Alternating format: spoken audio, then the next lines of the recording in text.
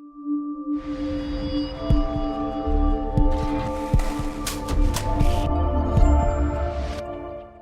you're watching live or later, we hope that you enjoy this presentation. Give us some feedback of what you're thinking. And if you have any questions, by all means, let us know. If you're watching live, please jump in with questions, type them in the chat. If you want to ask them live, you can. Joe, I'll get out of the way. We have a lot to do tonight. Looking forward to it. All right.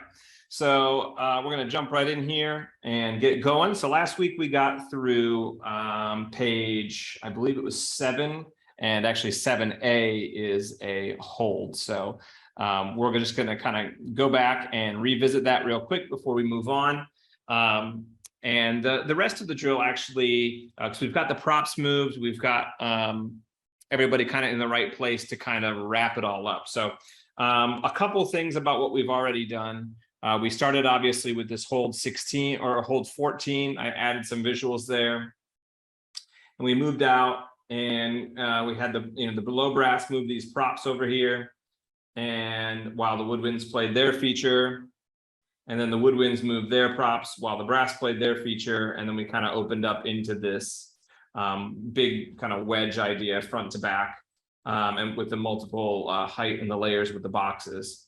We got to go back just a little bit because I was so busy talking to you and kind of getting to page 7 last week that we didn't really move the snares and the tenors after their feature. So if you notice, the snares and tenors right in here, right on the 50, kind of came in, played along with the trumpets and mellows, and then everybody else moved, but those snares and tenors didn't. So they're just kind of chilling there. So what we need to do is kind of get them caught up. So I'm going to click on page 3. That's where they held.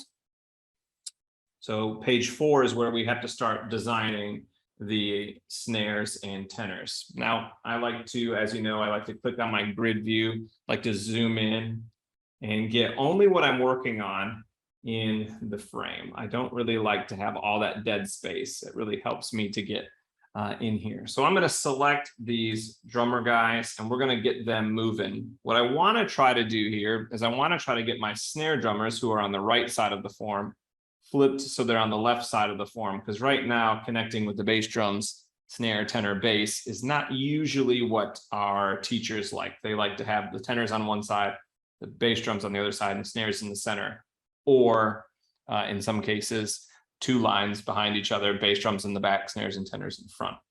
So I'm going to try to work on getting these guys rotated around a little bit. So I've got 16 counts here. The woodwinds and the rifles and flags are doing their feature.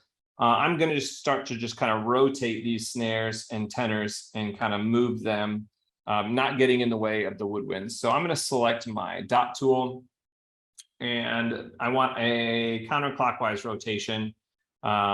And I'm just going to go ahead and stick tenor.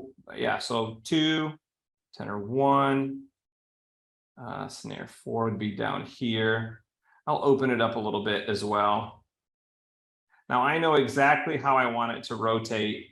So I tend to use the dot tool because it, again, like I've said in the past, the dot tool helps me to kill 2 birds with 1 stone. I'm not trying to create the form, clear it, and then select the paths. With the dot tool, it's 6 kids. I can just create it really quickly. Except, let's see what that looks like. See if anybody's kind of running into each other. I gotta remember I don't use my pen on that real view. It really messes it up. Shrink down quite a bit. That should be all right. I should have enough room to do that. If I did that, I've got this. Yeah, I can make it a little bit easier for them so we don't get that shrink. So instead of kind of coming all the way across like they did and condense so much, let's maybe make it, we'll rotate it kind of one way here. Let's go back. We'll just do edit, delete. So we'll do 1 rotation of interval. So put tenor 2 on the 50. That way we won't get as much closing down from the form. We got plenty of time. And with my pen tool, I've got to kind of click away from the form. Yeah, now there's not as much condensing, which is nice. Getting a little close here though. to the trombone guys. So let's see if we can maybe move it back a touch. Getting close to the color guard.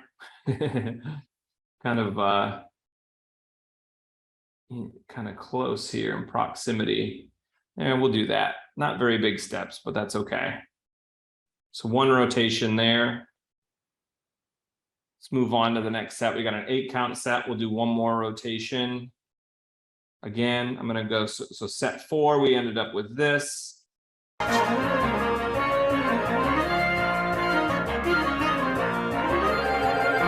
Yeah, that way they're not in the way of the low brass. They could even move forward.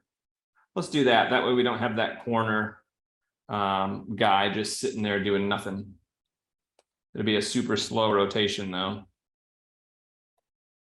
All right, next set, 8 counts. Let's rotate them one more time. Again, dot tool. Ooh, my palm hit that guy. Good, here.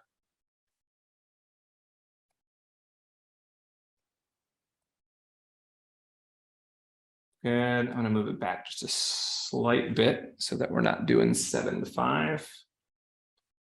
That's fine. So we've got another counterclockwise rotation.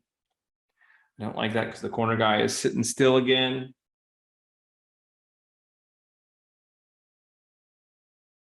Sweet.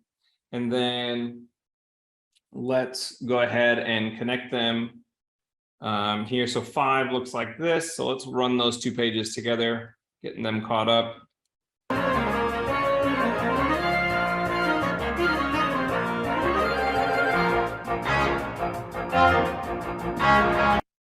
So they did that nice little rotation. Now we can bring them in to connect with the bass drums so that they can play their next bit together.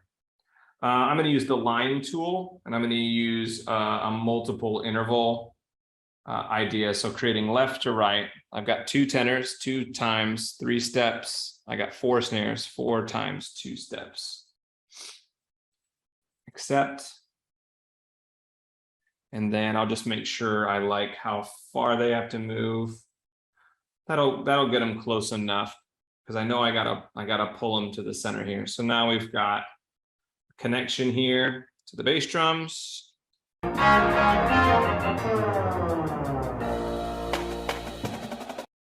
Sweet. So that kind of continues the rotation. So we just kind of counterclockwise, and then a continuous counterclockwise fold into 6. Now you could do that a little bit different with the snare drums, but they have tons of counts. And then if we needed to, we could always animate this snare drummer here to take a curve path. And that'll kind of keep that interval open. So I'm using my adjuster tool now. I know I'm going kind of fast, but I'm giving these guys a little bit of a curve path. That way it keeps that space open.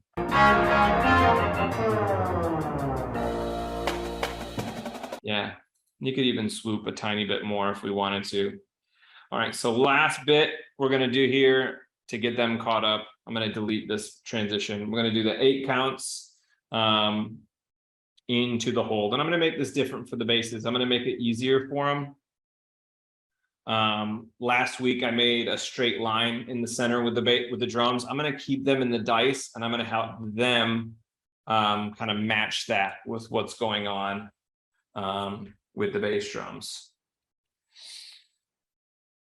All right. When kids read coordinate sheets in UDB or drill pages, the instructions about the curve path. Both. I always put the instructions about the curve path, but I believe all of the curve path information embedded in the file shows up on their UDB. All right. So again, I'm going to go to my dot tool. I'm just going to dice these guys up a little bit. And kind of make it match what's going on with the bass drums. And then I'll move it over and connect it to the bass drums. So I've created the form, and now I'm just going to float this whole thing with the push tool to the center of the field. Okay, so now We've got more, and a lot of percussion guys like it when the kids are windowed or they're in kind of a block for these hit type scenarios, because it allows them to do some layering. The front line, second line, third line type thing can do different visuals and that sort of thing. So here's what we did to get the snares and tenors caught up. Add some visuals here. Add some visuals here.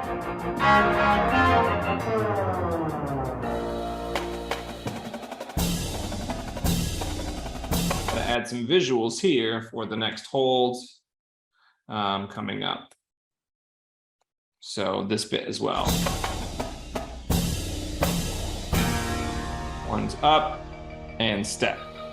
All right, fantastic. Now, everyone's caught up now as far as where we were last week. Okay, we finally got those snare and drum guys going back. Everything's moved. So from here on out, it's gravy. We want to make the decision to go symmetrical a little bit here at the end. I made the decision when I was writing it that I wanted my flags to stop being in back and start having them be a little bit more included in what's going on. And then we also need to make the decision to get the rifles off front to grab a flag so that everyone at the end of the show is on flag. So I'm going to animate my rifles to go grab some flags. I tend to do this in my drills because I want people to know exactly where it's supposed to go. So here's the hold at 7A.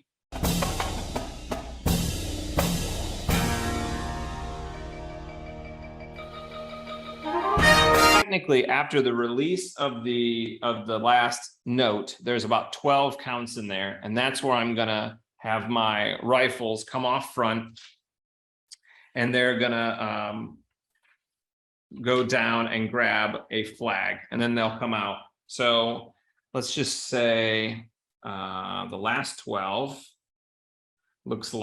sounds like this. Now they'll probably want to catch there and hold for at least 4. So the last 8, that's where I'm going to pull them forward. So always trying to think in terms of what they can do is super important. So I'm going to bring them down here, and they're just going to go to the front sideline, and that's where they'll grab their closer flag. Now I'm going to go on to page 8. I'm going to highlight them again, and I'm going to hit the flag, uniform and equipment. And instead of rifle 1, I'm going to make them flag 1 and hit accept changes or apply changes. So now moving on from here, they are flags, and we can have them do their drill from here. All right. So this first set, page 8, is kind of exciting music going on.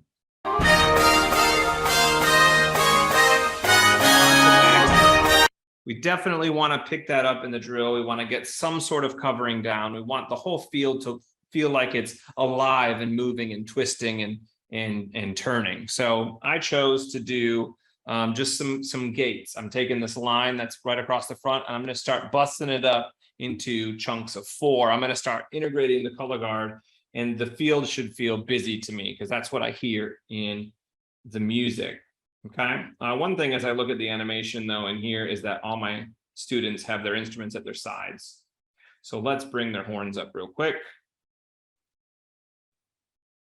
If they hold here for a long time, I'm going to do like the last 8. I'll bring up their horns like the first 4 or something. So I'll go visuals. So I'll go up 2, 3, 4, hold 2, breathe. Because that's how I'd like to teach it, I guess, if I was the teacher. Up in 4. So I did horns up, visuals, take 4 counts, starting at count 95. So now everyone's horn should be up. Let's see. We'll add some visuals there in just a second. Up, 1, 2, breathe. And a bit large portion of the band has pickups, so they've got to be set early. All right, so we're gonna go start integrating these. I'm gonna try to get these flags as well. I made the decision to put all of these flags, transition them and get them to these boxes so that by the end, we've got an integrated form of the flags in between these boxes and then the 8 G1 through 8 on the boxes. A lot of times when I work with bands, they have kind of not necessarily they usually have like kind of an A group of kids and a B group of kids with Fall Guard, because some kids are just joining, have newer skills. Some kids have been there and they're seniors. And so a lot of times it always falls into like the top 8 or 10 kids in a color guard are usually very experienced and the other kids are very new to it. So a lot of times I do see that there's you know, you got to plan for that and have those 2 layers kind of you know, to be ready to design for those 2 layers. All right, 12 counts. So I'm gonna just bust this line up across the board, and we're trying to go symmetrical. I mean, we're pretty much we're there already. So we've got to make use of the symmetry we already have. So I'm going to cut these guys at the 50. And you can do things like this with copy and paste. So let me show you some of the stuff we'll do here with copy and paste. Now I'm going to use, you guessed it, I'm going to use my dot tool. And I believe I'm going to do 13 people. So I'm going to go 4, 8, 12. And the last group's going to have, I think, like 5 people in it. So we'll go, my palm keeps hitting this. 1, 2, 3, 4, 5.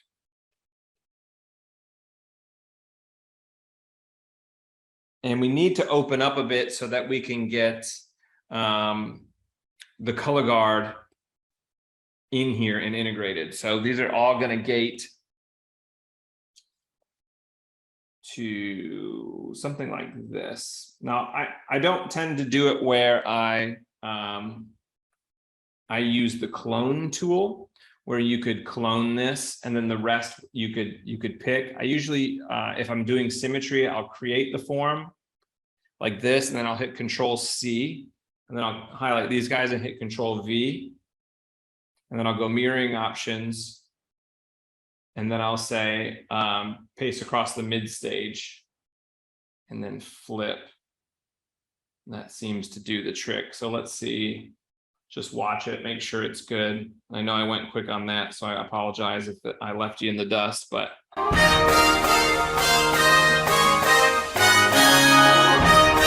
Good. And the reason I'm opening up so much space is because we need to do this, right? We need to get these color guard folks in here in this negative space.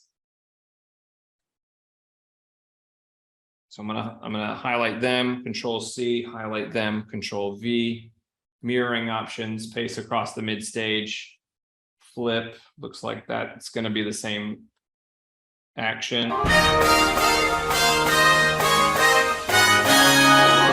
There for them to make it through those aisles. So if they all just take a straight path, it should work out just fine. Now, I want to try to get it to where I keep my, like my flutes are right here. They're all on every side of these props. So we need to kind of accommodate for that.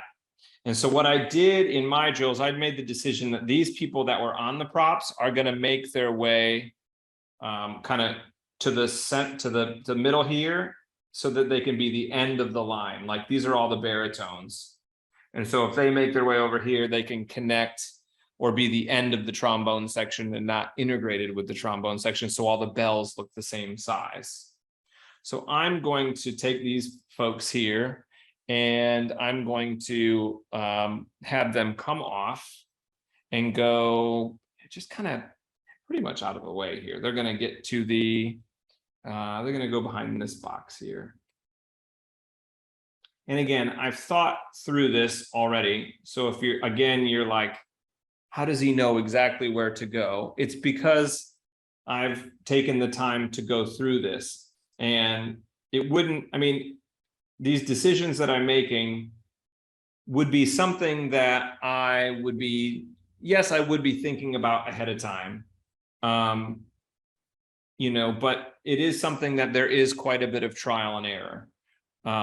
So don't get frustrated thinking that I don't fail on this stuff too. I would get, part way through some of this stuff and, have to go back 2 pages because, it just doesn't look right, or it didn't fold in right, or I did 1 page, which was a bad transition, but then the rest were great.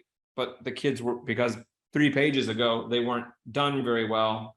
Now I've got to, kind of redo it. So it happens and it takes time. So getting these folks kind of to the center and out of the way was a big thing for me. I just wanted to get them, to the ends of the lines. You'll see how this works out in just a second. I'm going to design for the clarinets next.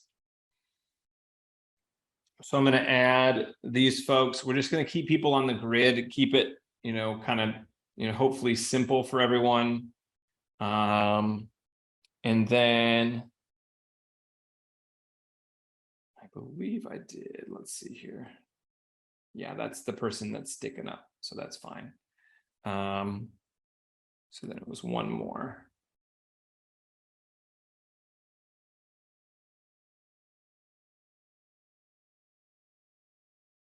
Yeah. So I'm folding these guys down so that we get another kind of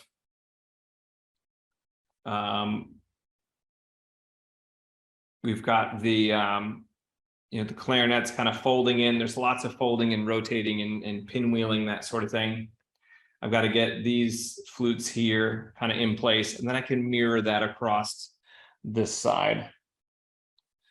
So I'm gonna use a regrouping technique.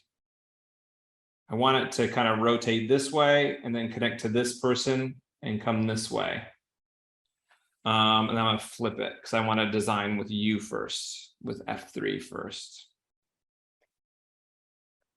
So sometimes I'll choose, who I want to go, how I want to design the form. And when I'm doing forms that are on the grid, I tend, like you've already noticed so far, I use a lot of the dot tool. 3-step interval, I'm going to come back. And then I'm going to come across here. Just kind of keep it simple. And then actually, I'm going to move this group back so it connects there as well. So now we've got a little connection here. Okay, so I still have these people to design. Now, once I get everybody in place here, you're going to see how the rest of this is just going to fall into place. And the reason I chose to do it this way is because I wanted, I know how many wins I have, which is 75, I believe. I think it was 75. Oh no, 60. And so it was 15, 15, 15, and 15. And those groups of 15 were what I was really kind of pushing for here at the end. So these guys, I'm going to do the same thing here with the trombone. So we glue them. We're going to regroup them all. I did it the other way this time because then I don't have to hit flip grouping order. I can grab this and hit Control C, grab these guys, hit Control V, mirroring options, paste across the mid stage. Why can't I see that? Oh, there we go. My real view is blocking it. So it looks like we have the same move there. Pick these folks, copy, pick the sousaphones, paste across the mid stage. So hopefully you're seeing how easy it can be to design when you're staying symmetrical. And all of a sudden we have our winds and our front flags done.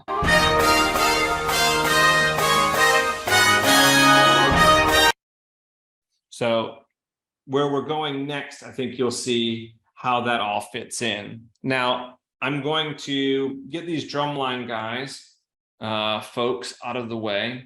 Let me bring their labels. Sometimes I got to clear up these labels. There we go. I'm going to start to bring these color guard folks forwards. And so I need to get kind of the drum line out of the way, or do the same thing with the drum line that I've done with this front line of people, is make some space for some color guard to come down. So I'm going to go ahead and use my line tool. And we are going to make a multiple interval line. Or I could use the dot tool if I wanted to, because I've been using that quite a bit anyway.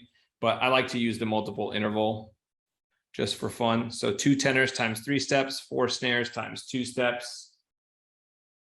Looks fine. They look like they're folding in properly. And then on this side, I'm just going to do a 3-step interval. Yep, interval is good. Base 5 is at the bottom. So now we've got this.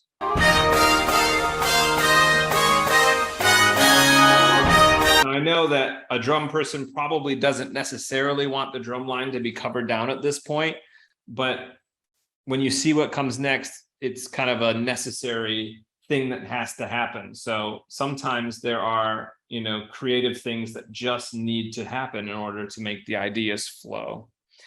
All right. Let's get these flags back here charted, and then we are almost home free. I'm going to use regrouping here. So I'm going to use my glue tool and hit regroup all. So we're working our way into 2 groups of 5. We've got 10 flags back here. So I'm just going to glue these left to right. I'm going to make you a group of 5. I'm going to make you a group of 5, because that's going to fold nicely into 2 lines without there being, any odd looking things. And we can use the line tool, and I believe I stretched them pretty far. So I'm going to, because it's a right to left thing, I'm going to design them that way. I went pretty wide with this because we got to start getting them in between these props. So what I'm aiming for when I designed this was I wanted to have the, yeah, that's fine. Color guard here end up like, I believe I did. They are.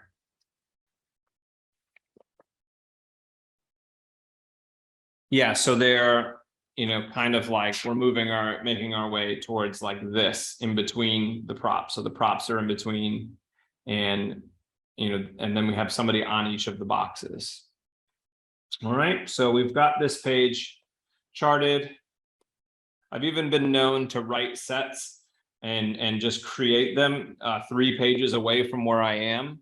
And then I go ahead and I work my way that way and do that. And it's kind of a weird way of doing it, but it is, a good way to know, kind of visualize where you're going to end up.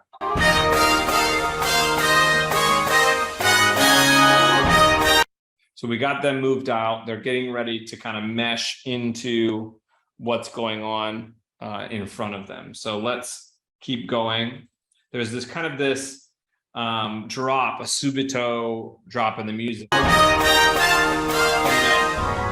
So we're kind of making our way to that subito drop that's coming up. Good. 6 counts. So what I was aiming for was to get these color guard folks closer to the front. So we're going to move them up straightforward. Just move them up, push tool. Don't overthink it. Push them forward. Start getting them down into the form. And here's where I picked my 15, 15, 15, and 15 and started to kind of get them where I need them to be. So I chose to do, I regrouped them. And I went 1, 2, from here, 2, 3, 4, 5, 6, 7, 8, 9, 10. 11, 12, 13, 14. This is where we did it. And what I wanted to do was I wanted to surround each one of these front props with wins as we make our way to the end. I thought that would be kind of a cool look. So then I'm going to do these other 15, 1, 2, 3, 4, 5, 6, 7, 8, 9, 10, 11. And then come down here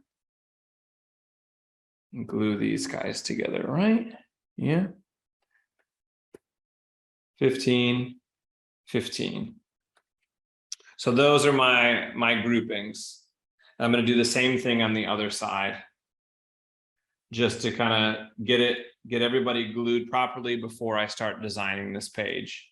So groupings are a big deal, you know, especially in symmetry.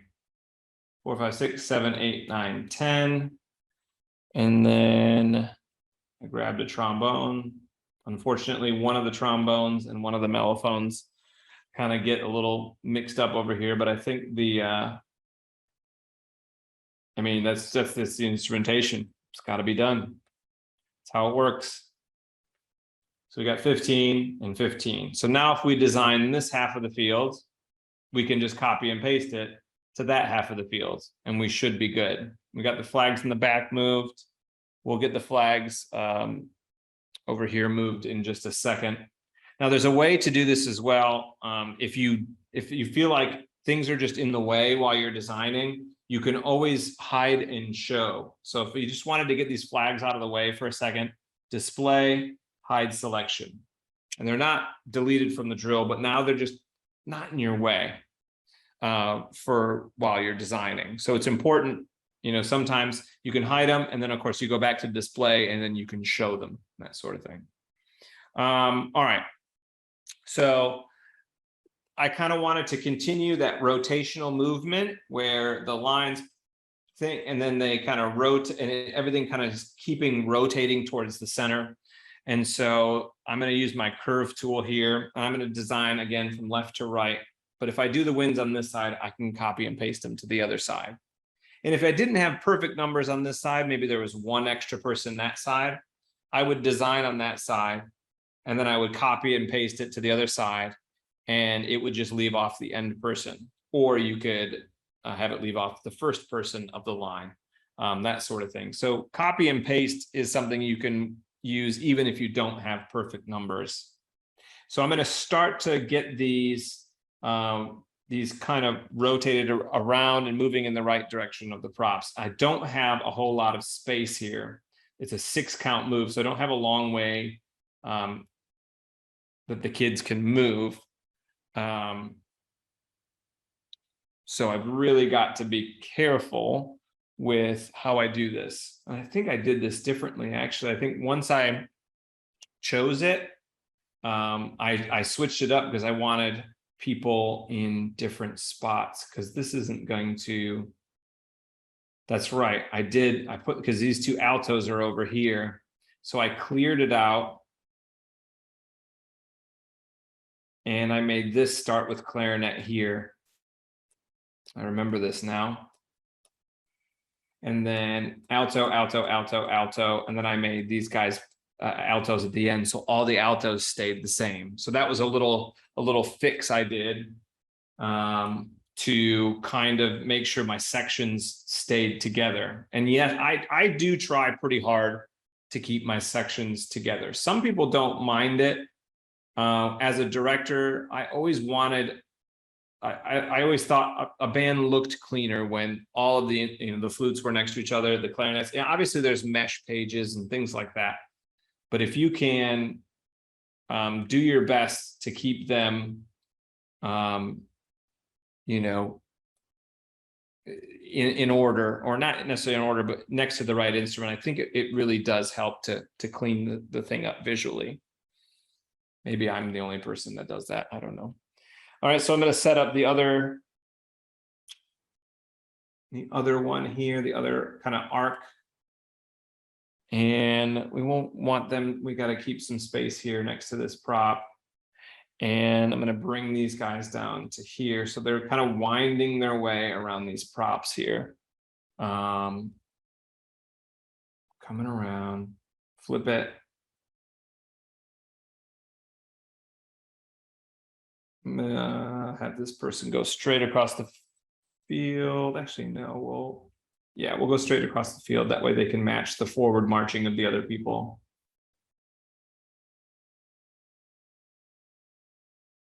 Oh, I got to bring this back. This person's hauling. There we go.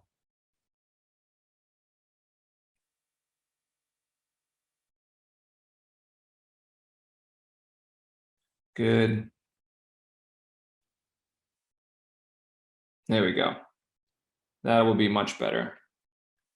All right, cool. Before he wrote, what's your max allowable step size? It really depends. I talk with my client and I find out, where are they at on the spectrum of skills. Some groups have a world-class drum line that they compete in the fall or in the winter, and they have a world-class color guard. And they want their kids to move. They want their kids to be challenged. There's a lot of groups that say, no bigger than a 6-5. There's some groups that say no bigger than a 12-5 if they're marching backwards, or no bigger than a 16-5 if they're playing the melody. There's lots of little things like that I get from clients. It really does just depend on the group. I'm going to move these guys up because that really makes that 6 count move on the next page a challenge for them. Then I can kind of morph this. But yeah, we have that chat, and we talk too as well about how often do you rehearse per week? Do you have a staff on hand for more than just band camp? Just things like that can give me an idea of if I do give trumpet 1 a jazz run move, is the director going to kill me, or is he going to go, or she going to go, yeah, man, that move at the end was really cool, so you kind of weigh your options and chat with them about it. All right, I'm going to take these 2 curves here. I'm going to copy them. I'm going to highlight my folks over here. Actually, I'll do it one at a time because I may need to do what I did here because my mellows are there. Nah, it'll end up the mellophone will just not be with that other mellophone player at the end, but they're all in the same form, so they're pretty close to each other. Copy those 2. Yeah, I may want to do it one at a time. Grab you, copy, paste across the mid shape, flip. Good. I got to go back and bring these guys forward a bit to give them a little bit easier step size on that next page. That's what I did on the other side. And I don't mind giving them kind of a bigger step size on this move, just because they're going to be getting off the prop. They're probably not going to be participating too much musically in this page, only because they're involved with the prop. And if that's an issue, I can, get that cleared up with the director and say, hey, look, I can put them in a better spot for the rest of the drill if I can just kind of get them off the boxes. If they don't like it, then I can always change it. Good. Paste this one across the mid shape. Flip.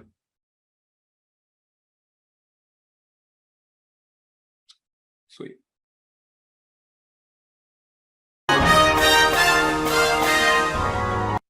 Yeah, these people are hauling, aren't they? So we need to move them back just a little bit.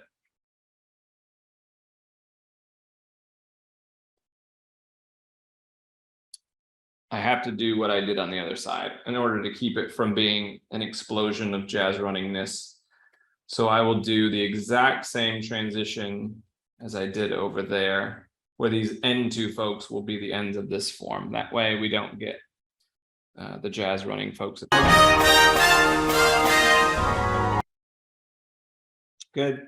So I got to display and then I was going to move my drums, just go straight back.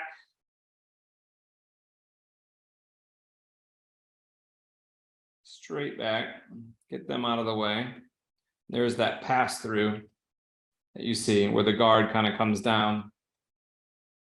Okay, and then I gotta show my flags in front. Where am I at time-wise? I'm not going too slow, am I? Aye. Pulse, let's get moving, man. All right. Let's get these folks to the closer to where we need them to be to get to the props. So we need to get them. I think what I did was I moved them all back. So they just floated back.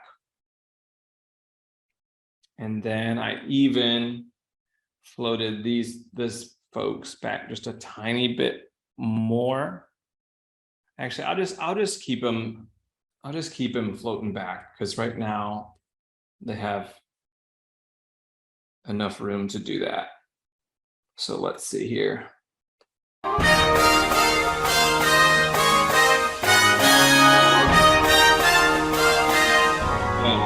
Yeah, they got plenty of room to go. So good, we're two pages down. We've got one setup and then a follow the leader, which is coming up. So the setup, the page I was really looking forward to was this next one. And it was the one that I designed first and then made my way to it. So I wanted this to be some sort of thing where the color guard get to the boxes. So I'm going to put my color guard onto the boxes. One step. Get the color guard on the boxes, accept, copy those, paste across the mid stage. And I usually do a lot of pasting across the mid stage on my drills. I use that quite a bit. And then I'm going to pull these folks forward so that we have a perfect grid with the props. So this was my target look for the ending hold for the color guard. And so then I chose to, work my way there. And then the wins is going to be, I wanted them to be on the grid for their follow the leader move, which comes after this, so that they could hit checkpoints really easily. And so I just did diamonds essentially, and they stay kind of away from what the color guard are doing. I'm using my dot tool. And the way I came up with this was I knew I wanted to have kind of a follow the leader around the form and down. And I needed them to stay within the confines of what the color guard are doing so they don't get smacked by a flag. And so that's just kind of how I came up with it. And when I did it, I started by, with this corner and coming around, and I thought, no, I tried animating it, didn't look right. So I did end up having to get an extra little hanging chad, if you will, off the end of this one. I'm going to copy that. I'm going to paste it. And all I have to do now is just move it over and hit paste. And then all I have to do now is just copy both of those. And it may not work. Actually, I probably got to do one at a time. I'll do this one across the mid stage, paste this one across the mid stage, and then paste. And then just figure out what I want to do with my drum line. And I chose to do this so that we had some drumline guys matching what is going on in the front. So I'm going to make an arc. I chose arc tool.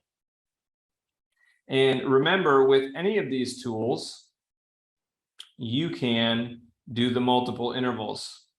So for this tool, how am I designing? Am I doing back to front? I didn't look. Okay, so I got to go from bottom to top essentially. Yeah, here. And then I do 2 tenors times 3 steps, 4 snares times 2 steps. Yep, that looks good. And then these guys over here. And I had to play with this a bit originally, just to try to, make sure that I've got, it's a 3-step interval. Everybody in the right place, because you'll see what I do next. Whenever you do follow the leaders, which is what the next page is going to be, there's a whole lot of, oh, I got to go back and adjust the setup. I got to set up so that the following the leader bit works correctly. Okay, so now we've got everybody.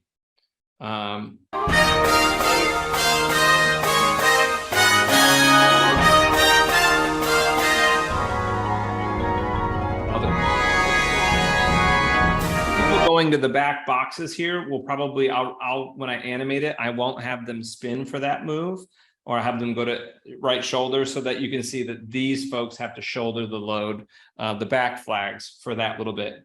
Or it can be kind of a ripple, front line, body, da, da, da, da, next line, da, da, next line, da, da, fourth line, boom, and then they land here. That way they can pass through without smacking anybody with their flag. But it's those kind of creative decisions that if you put that into your production sheet, you can really help that color guard person ahead of time to know they need to do that. Sweet. So we got the color guard out, we got them integrated, we got them on the boxes. They're set. And I said to myself, from here to the end, I'm not moving them. They look great. If they can spin and it can be clean, then that's just going to be a really special moment at the end of the show. All right, so this next move, we're going to use the follow the leader tool. Like I said, once this falls into place, we are all good. So what I chose to do, it's a 12 count move. So I said every dot here is going to be a hit every 3 counts. 1, 2, 3. Then you go to the next one, 1, 2, 3, 1, 2, 3, 1, 2, 3. So 3, 6, 9, 12. So check this out. Follow the leader tool. And you should try to do that when you do follow the leaders, because you can tell kids, what are your checkpoints? I need to hit this corner on 3, this corner on 6, this, that sort of thing. If your leader is on the wrong side, you just click on it and it goes to the other side. And again, I'm shooting for straight across the field. And I want this person at the top right there, because that's going to give me about a 9-ish to 5, 8.5-ish to 5. So I'm going to fine tune this a little bit with the quarter step. There, my pen is so sensitive. This bit's easier with the mouse. There we go. So you get this kind of look, and we'll do this for each.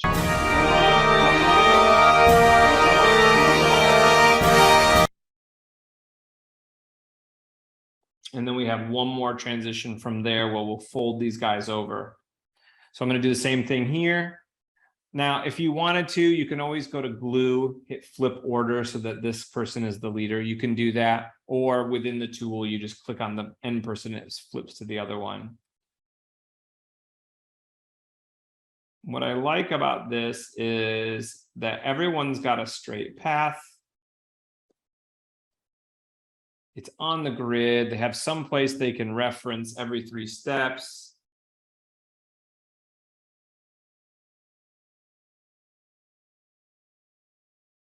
Yeah, and I'm just working hard to try to keep everything. Yeah, there we go. Oh, gotta bring it down just a little bit.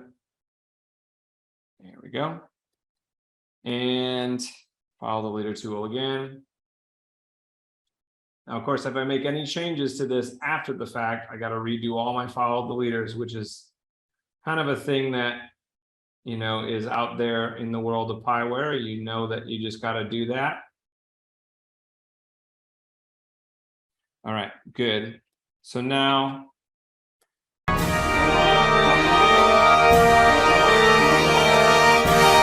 Good, now we just got to get the drum line down. And the drum line, I chose to do, now I could animate this to where they follow the leader down, and then maybe my last person will come in. What I'm actually going to do is I'm just going to have them reshape. I think it'll look fine. So I'm going to glue these guys this way.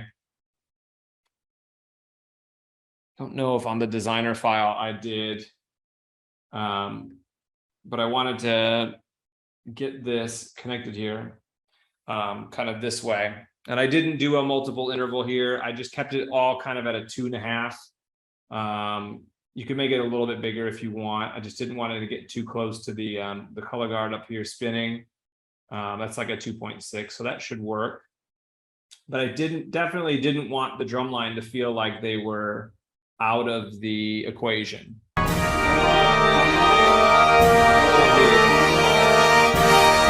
So at this hold, which will be a great toss moment, and I like to add in, these holds sometimes where if you just hit a chord, like just stop them for a second and let them pop their horn up to the box and play that chord. It doesn't always have to be run and gun. It allows them when they stop to play and feel confident.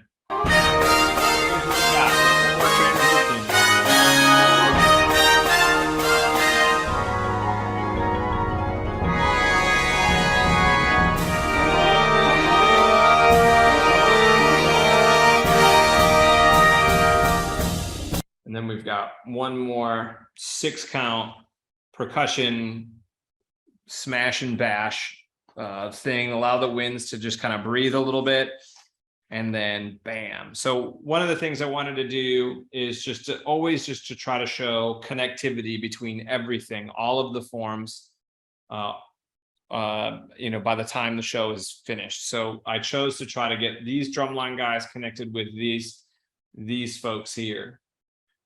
Just so that there's a connection there, everything feels whole. And so I also wanted to see these 4 people on either side. I wanted to see them gate and come in, because I think that would have been exciting to see that cover down on 3 and come in. The more you're constantly shifting and flipping, and you have that velocity of interval, the more it's exciting to watch. So I'm just choosing the arc tool here. I'm going to kind of come down here. And then I chose to just keep these folks between these color guard members here. It's a 6-count move, remember, so it's got to be achievable. These guys are going to be at about a 5-5. You can tell them to jazz run. It'll look really exciting. And if the director wouldn't like that, then, of course, don't do it. But certainly it is something that, on the last set, they're not playing. Let them have a little fun.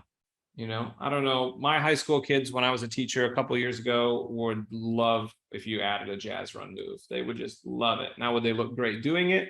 Yeah, we'd have to work on it quite a bit. But it was part of the fun. All right. So as you can see right here, we're going to get that flip cover. You're going to get that velocity there, which looks great. We really just have to, I'm going to pull these guys even out further to just kind of extend this. And then, yeah, it's just bring it down. Matches about the same interval as the front arc. I'm just looking at all my color guard members here, and I'm making sure that they have enough room, at least in the toaster, to spin. I'm going to take that. I'm going to copy it on the other side. So you can see how, when you go symmetrical, how much quicker things can be to write. It really does. The drill can write itself pretty quickly. I don't always write, symmetrical drill, especially not for bands that are super competitive, because you've got to have all those boxes ticked. He said, what does the flip button do? Edit, delete. So flip and these matching lines, this helps you to pick who goes where. Yes, it affects pathways. That's what it does. Now, the drill is done. We're going to go ahead and this whole new chunk, I'll just do the whole drill really. I'm going to get my labels going the right way because I can't stand looking at these labels this way. So what I did is I went to the last page. I highlighted everybody. I drew my anchor all the way to the beginning. I'm going to hit my label tool, put all my labels down. I'm going to go all the way back as close as they can get. I'm going to hit one further. These changes apply to range 1 through 165, accept. And now on every single page, the labels will stay right where you want them. You can watch that drill back as I scrub it. You can see it's kind of fun to do with the glue and the paste happening, because then you can kind of see how groupings were affected as you went. So here's that last transition.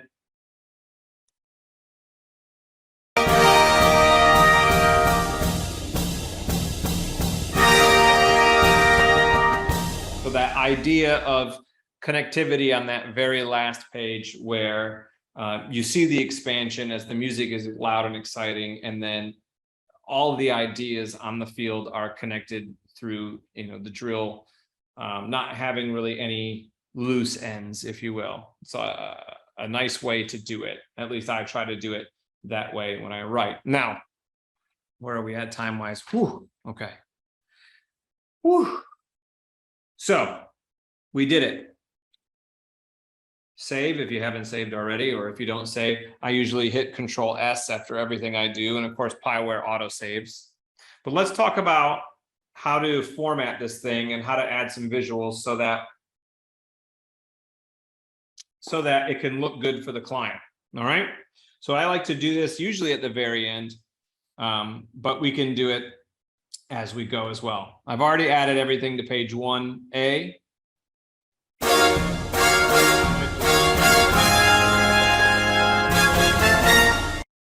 Okay, so now we're off to the races, and it's okay, I think, in this first bit for all the flags to spin and all the rifles to spin. So I'm just going to highlight my color guard.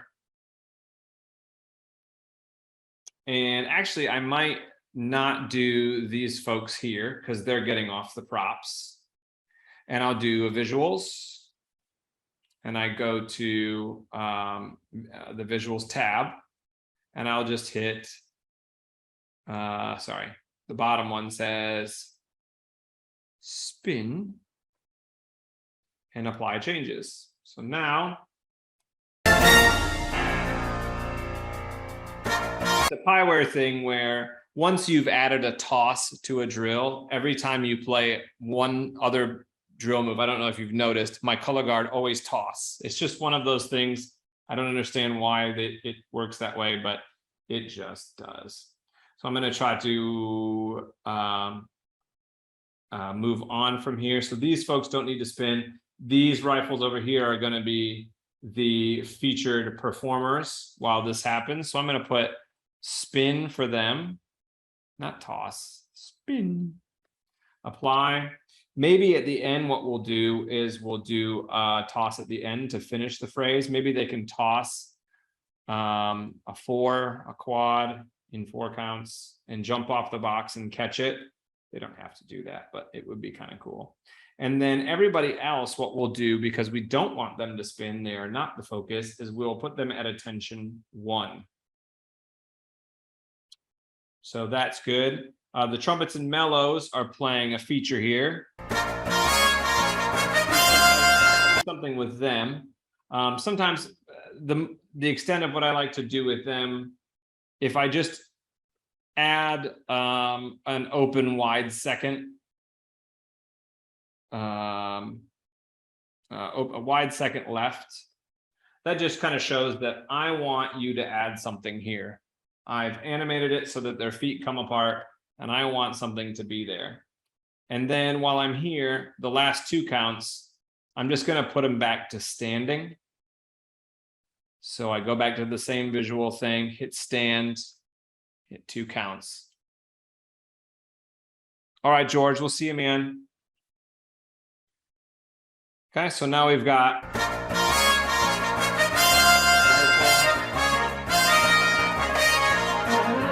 so that all looks good. And remember, we animated last week the trombones and baritones facing the direction of movement, going to you know, the parade rest or whatever you want to call it. So we animated all that out. All right, so what we're going to do here with our woodwinds is our next feature. We can have these rifles over here go to attention 1, so they are not spinning. We can make these rifles over here spin. And then these flags back here, they also can spin. And then what we'll do is I'm just going to use my lasso tool, and I'm going to highlight these folks here in the front row of all these sets of 3s. And we can have them lean left. We can lasso select all the other people behind them in the middle of these lines. They can lean right. And then maybe on the people that are on the boxes and on the ground here, they can go wide second left. Yeah, apply changes. So you get that kind of look.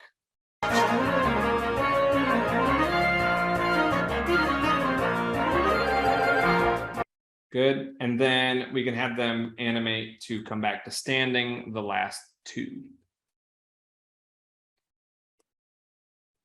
Stand. And I've already moved the anchor so that it's the last 2 counts, 2 counts, apply. So now they come back to 2. So the next bit is the low brass feature, I believe. The first 8 here, so we definitely want these rifles to be spinning. So I just kind of checkpoint through this and just kind of click on, you know, the folks that should be spinning and the folks that shouldn't. Add those visuals where we need. Again, I'm going to put these color guard members at right shoulder, just so that or attention, just so that we get the right people spinning at the right time.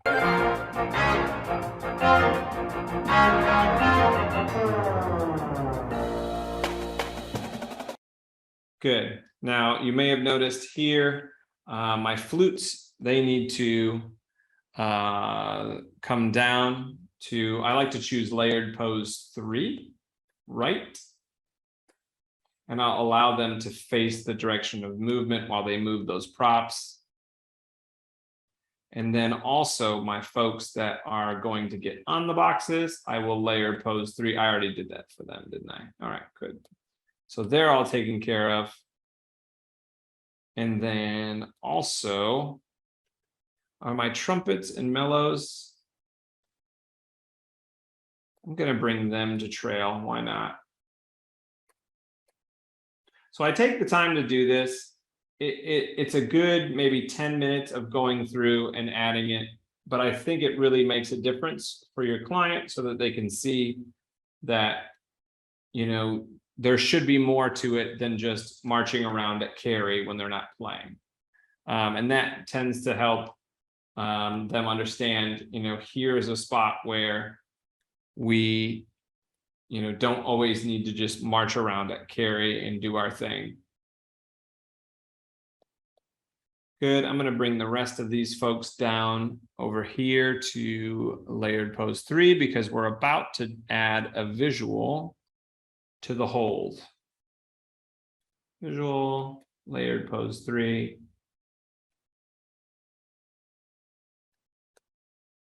Two counts. I like to add, you know, 2 counts so they're not snapping it down. All right, so we're through about this bit here.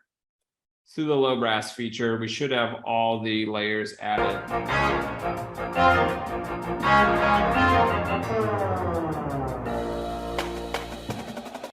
So then from here through the hit, or at least most of this last 12 is where the color guard, there's all the silence. So it's about 16 more counts. Everybody needs to spin.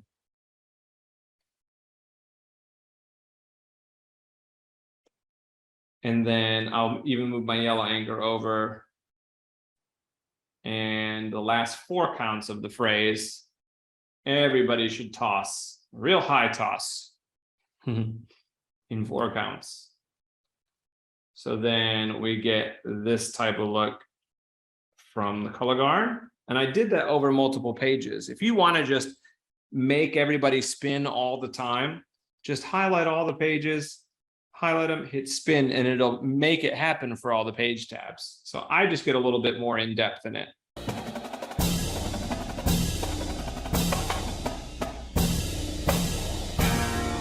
We had a little toss there. Okay, now we should put something in here, of course, if we want to, for some sort of visual. And then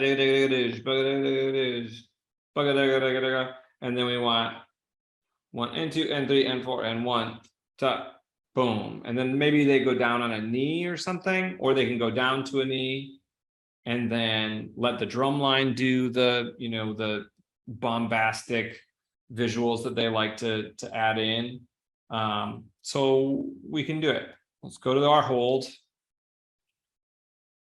And I just creep my anchors across the bottom. We can do like 1, 2, 3, 4, 5, 6, 7, 8, maybe to the center. Would that be good? Let's see. Yeah, so on 9 is where is the big. So 2, let's grab maybe these folks. 1, 2, 3, 4. Yeah, we'll do this. And then actually I'll do those guys to yeah, here, here, here, and here. That'll be fine. So I'm going to have visuals, and we'll go facing. We'll make this a facing thing. And we'll have them face the 50. So apply changes. Grab these people over here so it matches. Face the 50. Good. Slide my anchor over. So we do the next 2 counts real quick. Grab these folks here. Face them towards the 50. Face them towards the 50. Now this can all get a little time consuming if you don't have time for this. But again, I think it's worth it in the long run for your client. I think they'll appreciate it. They'll understand a little bit better what they need to add. Spices things up a little bit, lets you see kind of how it's going to go. And it doesn't have to be as crazy as this. I also have a video on my YouTube about how to hotkey things so that you can copy and paste visuals. And that can help as well. In times.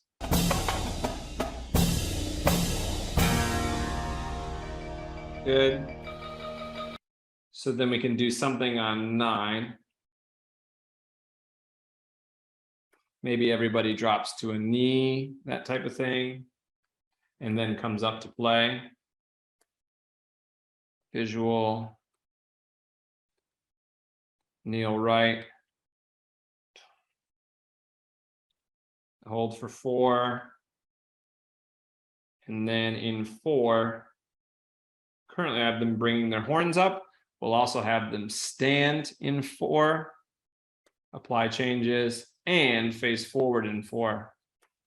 That'll look kind of cool.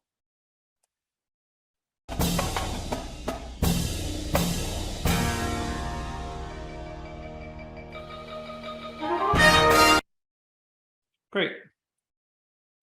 All right, so from here on out, it's pretty simple stuff.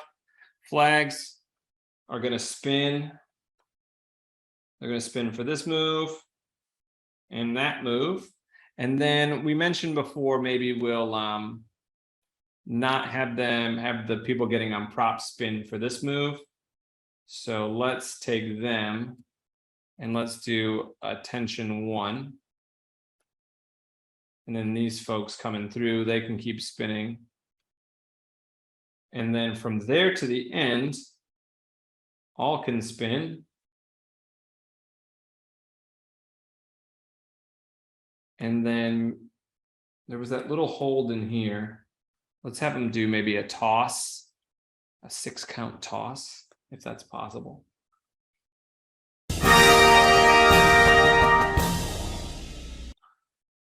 So 1, 2, 3, and then toss for 3.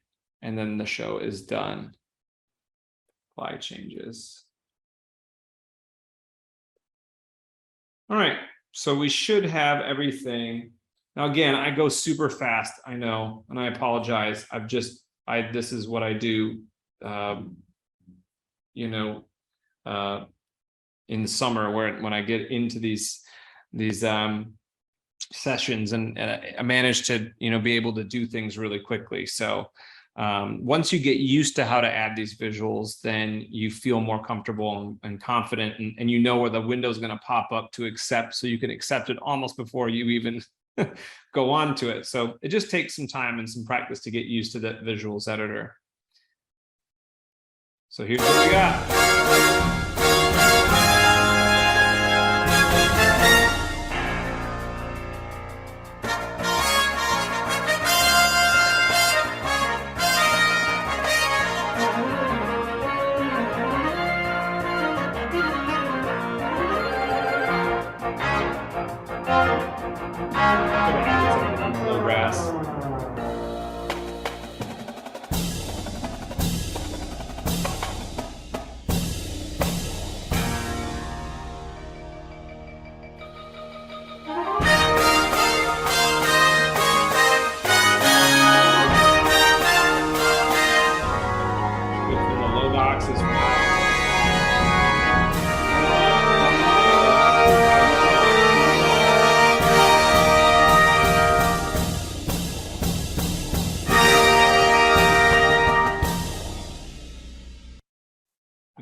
That pretty simply. And then they went and got on the box. When they didn't spin, they spun here. Visuals spin. They did a big toss, right? Thanks, Phil. Yeah, I like it. I think it turned out pretty well. For something I just kind of made up a starting set, and then I went, all right, well, let's just write some drill to this music, and it turned out pretty cool. I liked, especially the ending, how everything kind of congeals and comes together. Now, I'm not going to go into it because I have a video on my YouTube which kind of explains what I would do next. But of course, I would go to my production sheet. I am not a text box person. I would put all my measures in here. So 1 through 6, 7 through 8 or whatever it would be. Get all my measures in, and then of course I would put all my rehearsal letters into title, like letter A, letter B, this sort of thing. And I don't put letter A here, and the reason I don't is because it only shows 3 letters on the coordinate cards.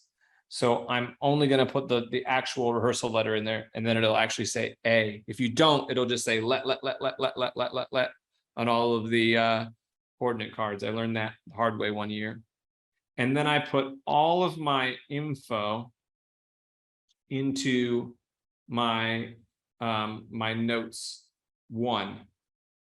I'll just show you briefly how that would look. So I would say like all, and this would be hold 14.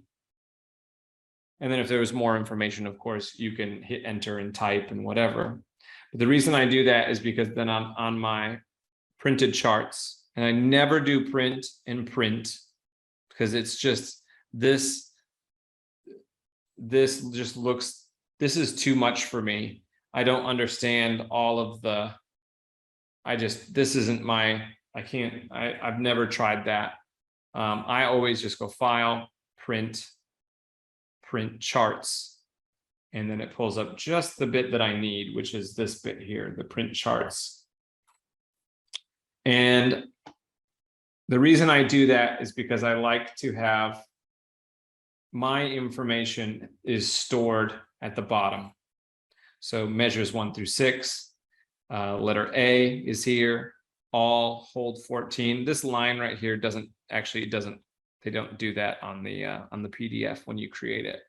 And then all of your information is down here, and you're not worried about trying to make and remake text boxes and that sort of thing. I only use text boxes if I have like groupings or other things to describe on the page. And this is going to be a weird printout because of my props in the back, but you could hide those so that it didn't print those. And you fiddle around with making sure it looks exactly the way you want it in print. And then of course you make the PDFs. Now, I said, again, I just have a production sheet video. I have a video on how to make a video of your drill using Screencast-O-Matic. So some of the rest of the formatting things, I have some free videos on my YouTube. You can go check those out. But I hope if you weren't able to follow along, and it was probably pretty hard to follow along because I do go quite fast, and it is one of those mediums where it's not really a paint by numbers thing. It's a little bit more challenging.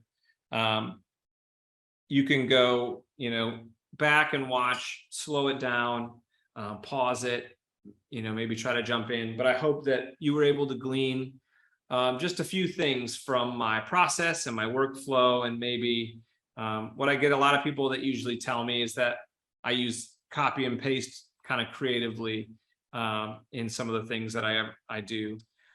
Jeff, so far I haven't had anybody that wanted to use the Pieware portal to collaborate. I think I would enjoy that if there was somebody else on staff that really wanted to do it, but no, I haven't had to use it quite yet. I have done Ultimate Drill Book. In some cases, I have people that want me to give them the Pieware file and they upload it. And in some cases, like Iowa State University or Maryland, University of Maryland, they give me their info and I'll upload it. Go ahead. I'm fascinated by the fact that when you're watching the real view, you keep swooping around the view the whole time. I don't do that. So I'm fascinated that you do that. You're like, swoop way over here, then you swoop down over to the side left. Why do you do that? For a couple of reasons. I just like to make sure that I can see it from the side. So I just make sure that there's enough space for things to rotate and that people aren't, because sometimes from the front, you can't see that. You can't see that front to back distance. So I look at it from an angle or from a side. It really just comes down to pathing, just making sure that things stay open. And if I need to curve a path or animate it differently and then put an arrow in there for them, I do that. So, all right. Well, Joe, thank you for fantastic. All of your hard work and for explaining everything. And thank you everybody who's watching, whether live or later on. Joe, final thoughts before we call it a day? Yeah, no, I'm just really thankful for the people that stuck with it and kept coming and are staying to the ends of these things. And those that are tuning in later, I really appreciate it as well. I think that if you have any questions about any things that I did or anything that you saw and it didn't make sense or I went too fast, feel free at anytime to just send me an email, drop me an email, drilldesignSolutions@gmail.com, and I'll be happy to answer those. Or if you are designing a drill yourself and you get stuck, I'm happy to help you work through that. I get a lot of people that email me, and I'm happy to help. Right, and don't forget the course How to Write Drill that we have at Marching Arts Education, which has a lot of really great basic information and concepts for planning and designing your show, as well as how to use Pieware. So Joe, thanks for that. Everybody can find that at marketingartseducation.com. Joe and everybody that's been watching, thank you so much. I really appreciate it. Great job. Thank you. Thank you, everyone. Appreciate it. Thanks.